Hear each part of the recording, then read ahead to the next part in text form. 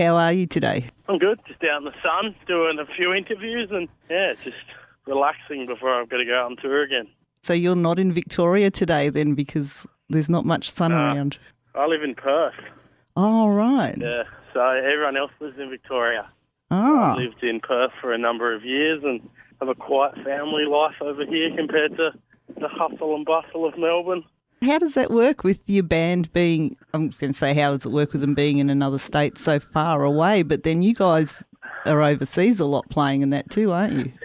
That's the thing is the band obviously travels a lot, so it doesn't really matter. As long as we're there together to practice and get ready for a tour, it kind of doesn't really make much difference if we live in different countries even. Like, as long as we get there a few days before a tour, get all tuned up for practice, it's like this with a lot of bands, like even like the Amity Affliction, like half of them bloody live in Melbourne, half of them live in Queensland.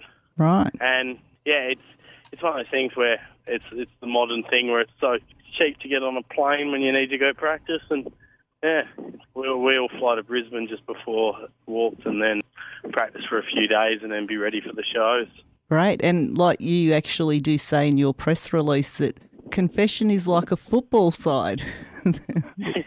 When someone gets injured, traded or retires, there's another legend ready to join the mosh team.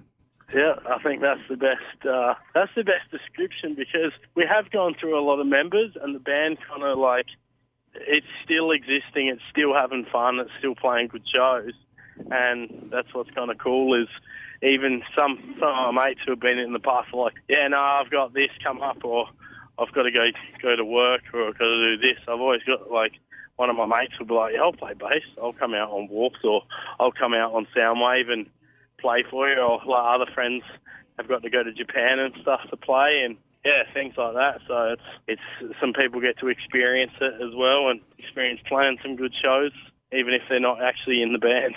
Oh, that's cool. It's weird because a lot of bands aren't like this, but I've always, even from day one, it's been people have come and gone, and and you let them going. Do you have a core membership? Yeah, there's the four of us at the moment, and then we have a mate coming to play guitar on this tour. So when someone has something else come up, and someone else will step in. Well, it continues to amaze me, actually, the fact that bands like you, like, I've never heard of you. It's like, what is going on? Where are all the hardcore bands in Australia? They're all doing so well overseas, and it's so difficult for Australians to find them.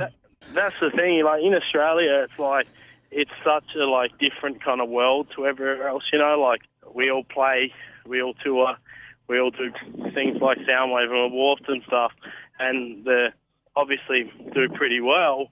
And, a lot of, like, I guess, media and magazines or whatever haven't heard a lot of the bands. So the first time they'll hear about them, they'll be like, oh, who's this band doing this and stuff, you know? Like, even over the years, it's like bands would just pop up, and there were bands that would pull a few hundred people, and then the next tour they'd pull 1,000, and the next tour they'd be pulling a couple of thousand.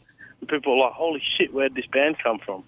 A lot of the bands have always been there. It's just a lot of people don't know they exist because they're not within that group and not within that scene, you know?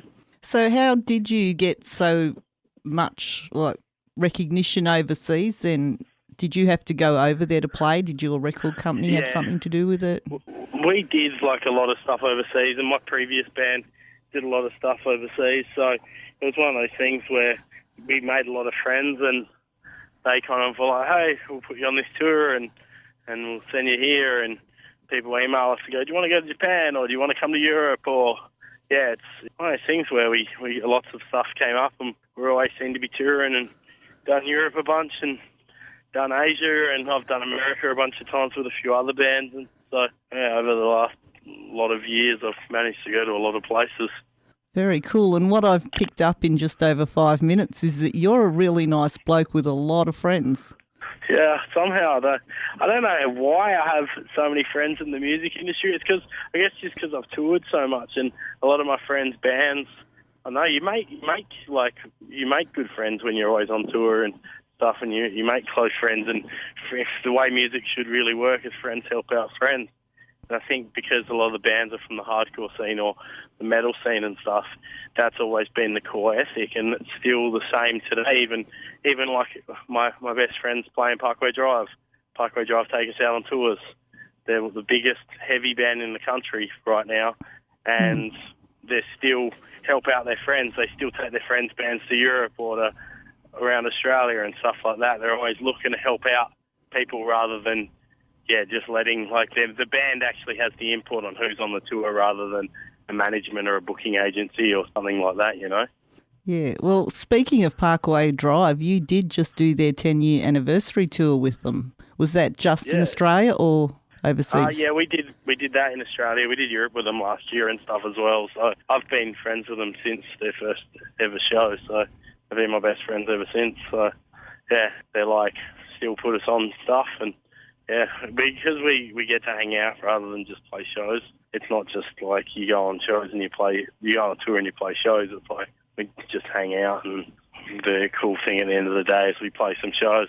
And how long have you been doing Confession? I started the band in 2008. Before that, I did a band called I Could the Prom Queen from 2002 till 2006.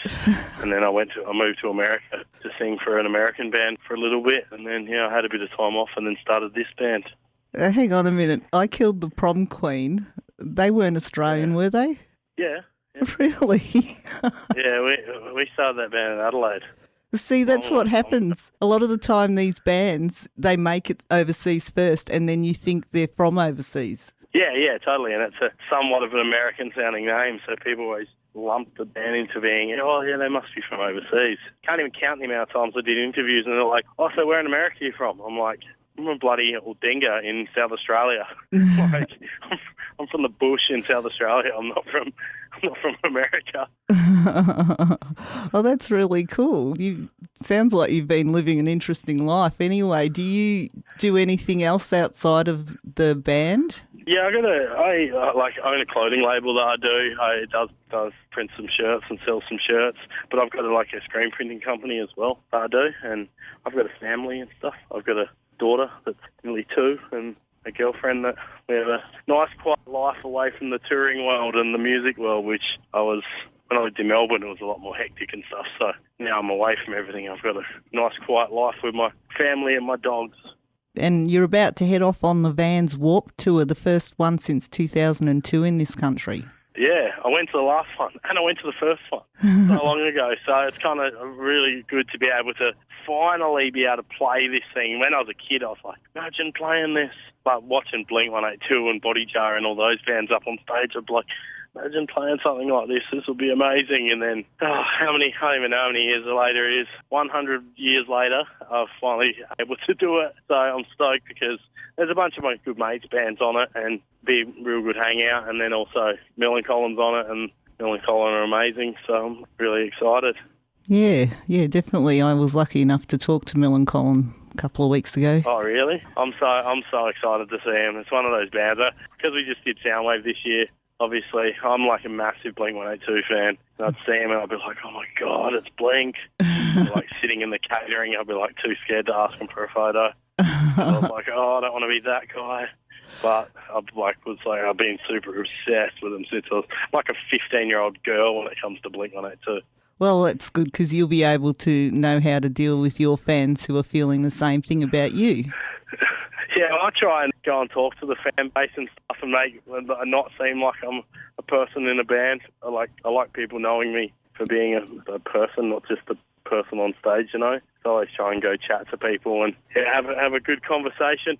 Wish Mark or Tom or something would have done the same to me, but I understand that they're really famous and proper in a huge band, so talking to some random guy probably isn't the best thing for them. No, unfortunately there's probably thousands and thousands of random guys who want to talk to them. Hundreds of thousands of people. Yeah. Millions. Obviously, Mill and Colin's your number one stop at the Vans Warped Tour. I reckon, yeah. Well, obviously I watch Parkway and Amity every day, but we've done so many tours with those bands that I pretty much know the set inside out for both of them. And I went and seen Amity 2 weeks ago and obviously seen Parkway for 15 days in a row, whatever we did recently. So, I've never seen Millencolin play, so this is it for me. Every day, I'm going to be very excited. Yeah, that's cool. And you can be found on Facebook at facebook.com/confessionmosh.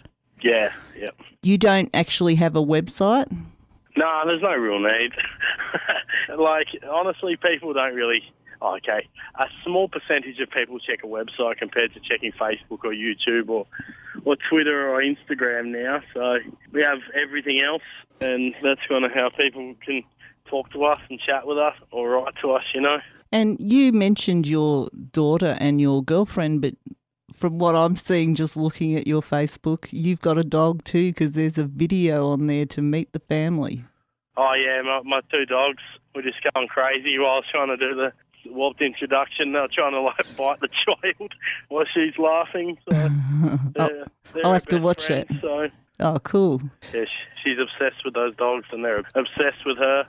It sounds like you're very open to who you are and letting people know that, and that's really cool. Like, my girlfriend obviously knows I have somewhat of a fan base and a following and stuff from the band and stuff, so we've kind of always, like, said from the beginning that we were going to put pictures of our child on the net and stuff so people can see, and people can come up to me at shows and go, your daughter's so cute, or like, thanks for putting pictures of her up, and like, so people have said to me, they're like, I feel like I know her, but I've never even met her, like, and like, I've taken her out to see some friends' bands and stuff and meet them and stuff, and they're like, never even met this kid, but I've watched her grow up her whole life so far. So yeah, it's kind of weird, but it's one of those things where I like people seeing my child. She's a cute kid and she's an awesome kid, so it's good that people get to see her, take some videos of her and stuff. That's fantastic. And I suppose she's probably going to be a star too, because everyone's going to know her by then. She'll have an audience. She's huge on Instagram. Put up pictures of her. She gets way more likes on photos than I do. So she's way more popular. Oh, that's good. Thank you very much. And once again, I'll tell people to find Confession Mosh on Facebook, and I assume your music is all available on iTunes and that, and you've got a merch store? Yeah, it's on iTunes and on YouTube and shit for free and stuff like that. So. And you designed the T-shirts on your merch store? Me and one other guy, pretty much. Cool. So people should go and check that out, and check you out at Vans Warp Tour this November, starting late November. Tell people there's a shirt that says "fuck cancer" on it, and 100% of the profit goes to a Cancer Research Foundation as well. I was actually wondering when I saw that T-shirt if it was to raise money for cancer. Yeah, so all the money, every bit of profit goes to that. So, that was my second thought. The first one was people in Queensland who get arrested for wearing it. Oh, nowadays? Oh. Yeah, they'll be in all sorts. Crazy laws. So. Yep. You're heading overseas again soon? Yeah, hopefully. Cool. Well, thank you very much. Cool. Thank you very much. I appreciate it. Okay, bye. Yeah. Okay, bye.